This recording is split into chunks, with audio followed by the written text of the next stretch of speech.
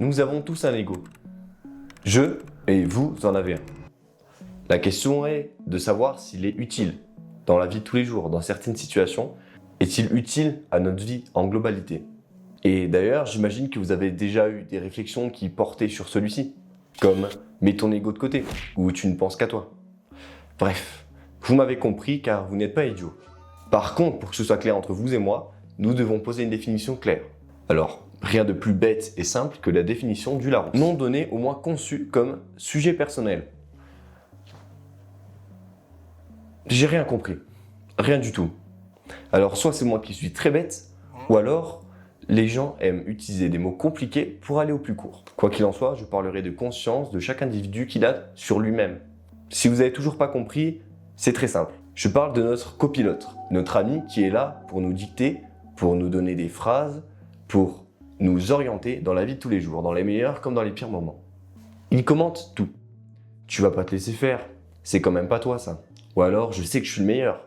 Toujours pour nous pousser vers le haut, mais tout en nous collant dans les pires moments. Il peut réussir à nous pousser à faire de grandes choses, car croire en soi, c'est très important. Mais pour autant, il nous empêche d'être lucides. Par exemple, j'imagine que vous avez eu des regrets dans votre vie. Si je prends l'exemple simple d'un conflit, dont j'imagine beaucoup d'entre vous ont déjà fait part, une semaine plus tard, 2 semaines, 3 semaines, quelques jours plus tard, à chaque fois, on se rend compte à quel point on a été bête de vouloir à tout prix remporter un argument.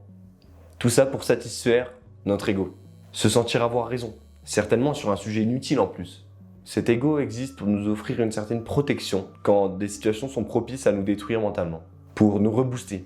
Ça, c'est l'ego qui vous dit de ne pas abandonner, même quand vous avez tort parfois, ou celui qui vous force à penser que vous êtes le meilleur. Pour autant, cet ego, il possède un problème selon moi. L'ego doit se nourrir quelque part, et la plupart du temps, il prend cette force chez les autres. Je m'explique. Nous vivons à travers les autres. Chacune de nos décisions, de nos situations, nos actions sont décidées par la vision que les autres auront d'elles. Et c'est là que l'ego intervient. C'est par l'approbation des autres que votre ego se crée. Par la vision que vous avez de vous-même, fondée grâce à celle que les autres ont sur vous.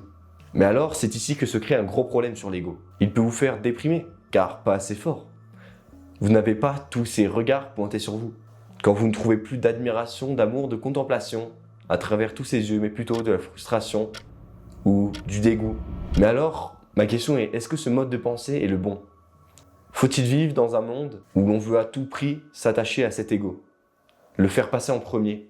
Alors pourquoi pas imaginer un monde assez hypothétique, certes, je vous le concède, mais où l'ego passe au second plan, où on se connecte entre nous, pas simplement pour impressionner, mais plutôt pour comprendre et apprendre, pour partager quelque chose, où l'on accepte nos échecs, nos imperfections qui font ce que nous sommes, toutes ces imperfections que l'on accepte sans en faire une tragédie personnelle pour autant, comme notre ego aurait pu le dicter, où on se libère de ce besoin incessant de vouloir prouver quelque chose à quelqu'un ou à quoi que ce soit d'ailleurs. Si on veut parler plus philosophie, alors intéressons-nous à un vrai philosophe, pas simplement à un gars qui fait une vidéo sur YouTube.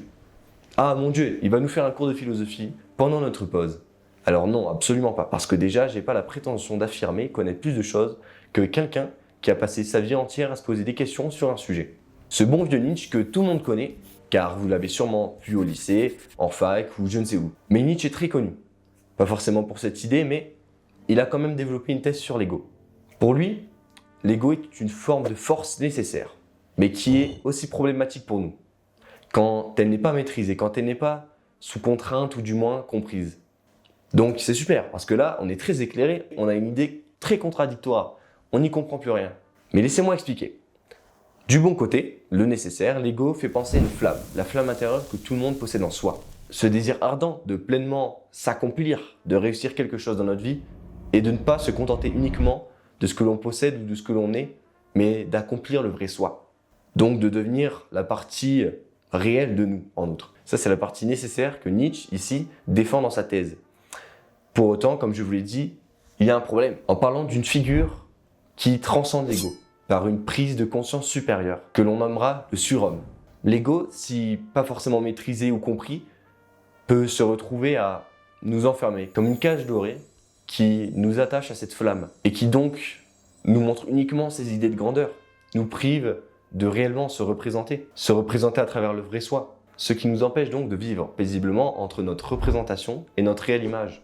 Pour autant, pour contrer cette idée, Nietzsche développe quelque chose d'assez intéressant. Il parle d'une destruction créative, détruire les fausses images que nous avons de nous, déconstruire donc nos vieilles images, pour au final réussir à s'échapper de cette cage, briser ces chaînes pour nous rendre la vue sur notre réel essence, et donc au final comprendre ce que nous avons réellement envie d'accomplir, et pas uniquement une image beaucoup trop grande pour ce que nous sommes vraiment. Bref, en quelques mots compliqués, Nietzsche voit l'ego comme un processus de transformation perpétuelle.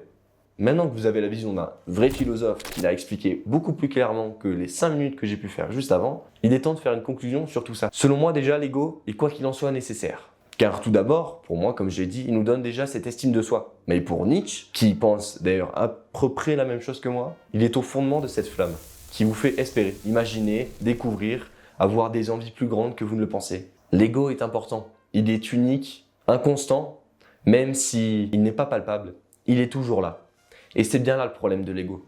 Si important que l'on s'attache tellement fort à lui. On parle même d'une dépendance, selon moi évidemment. Une dépendance à notre propre ego. Donc joliment dit, pas grand monde peut se passer d'une vision souvent supérieure à notre réel soi. Cet ego si important, mais si dangereux, car il vous enferme, il vous rend aveugle. Parfois, vous empêche même de réellement avancer vers votre but. Vous n'êtes pas et vous ne serez jamais ce surhomme. C'est par cette vision complètement étriquée sur vous-même que votre ego est mal utilisé et en devient nocif. Donc, voici mes mots qui concluront cette vidéo, qui, ma foi, a été plutôt courte. Utilisez votre ego. Prenez conscience de son existence pour considérer ses défauts. Cela vous empêchera de le laisser vous aveugler, vous enfermer dans une vision et dans un vous qui ne sera jamais le vôtre, dans un sentiment qui ne vous appartient pas. Au final, la vidéo se résume assez facilement. J'ai beau avoir écrit un script très long, ça revient toujours à la même idée. Même dans mon ancienne vidéo, j'espère d'ailleurs qu'elle vous a plu, ça revient toujours à la même idée. Un point essentiel. Il faut apprendre à comprendre notre monde dans lequel nous vivons. Merci d'avoir regardé cette vidéo, j'espère qu'elle vous plaira. J'ai pris un peu de temps à la sortir, mais comme vous le voyez, normalement, j'ai fait un peu plus d'efforts sur l'éclairage, etc. Donc ça devrait sortir beaucoup plus régulièrement à partir de maintenant. Je vous remercie d'avoir regardé.